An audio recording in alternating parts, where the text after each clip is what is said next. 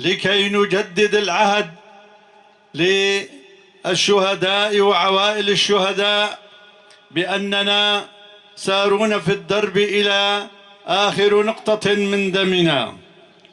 نعم، فرض علينا الحرب ونحن نريد السلام، لكن علينا أن نحافظ على أمجادنا، وأن نحافظ على ترابنا، وأن نحافظ على وطننا. شهداء، وباستشهاد الرفيق جميل نستذكر جميع شهداء الحرية والكرامة الذين قدموا أرواحهم الطاهرة ودماءهم الزكية في سبيل الحرية والكرامة. ونحن نعاهد الشهيد جميل وجميع شهدائنا بالسير على خطاهم حتى تحقيق أهدافهم في بناء مجتمع حر وديمقراطي.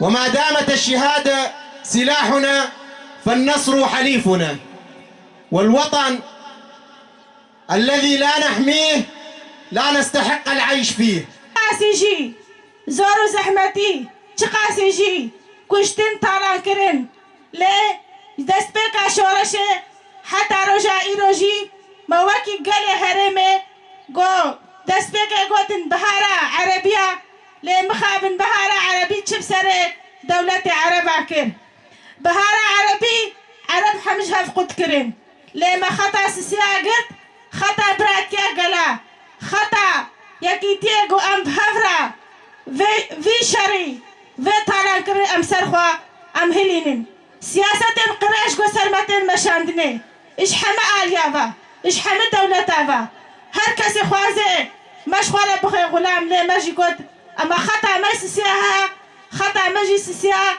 بروجا ريبر آبويا كوستر أساسي و حتى رجا إيرم سر بيامانا قوف بنجه سالة تفقر آزاتيه 12 سالة شورشا رجاوا قو مردار خاستيا حمي بيكاتي خوا هر كسي جهة خود نافر ببريا خوا سردقت. مكان وتاريخ الولادة تربسبية 7/3/1967. مكان وتاريخ الانتساب رميلان 15/4/2015. مكان وتاريخ الاستشهاد 6/4/2023. الشهداء هم من أوقدوا مشعلة الانتفاضات ومثلوها. في عروقنا. الشهداء هم قادتنا المعنويون، أحياء لا يموتون.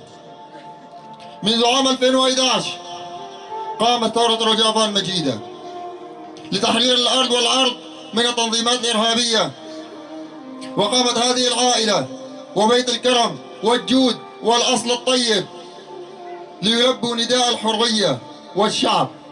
قدموا الجرحى والشهداء ولبوا النداء بكل مكان وزمان.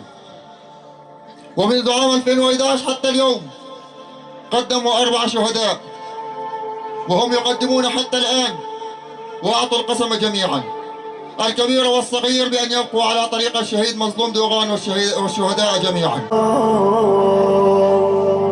راحوا من ايدينا اشقد بكينا وما يرجعون،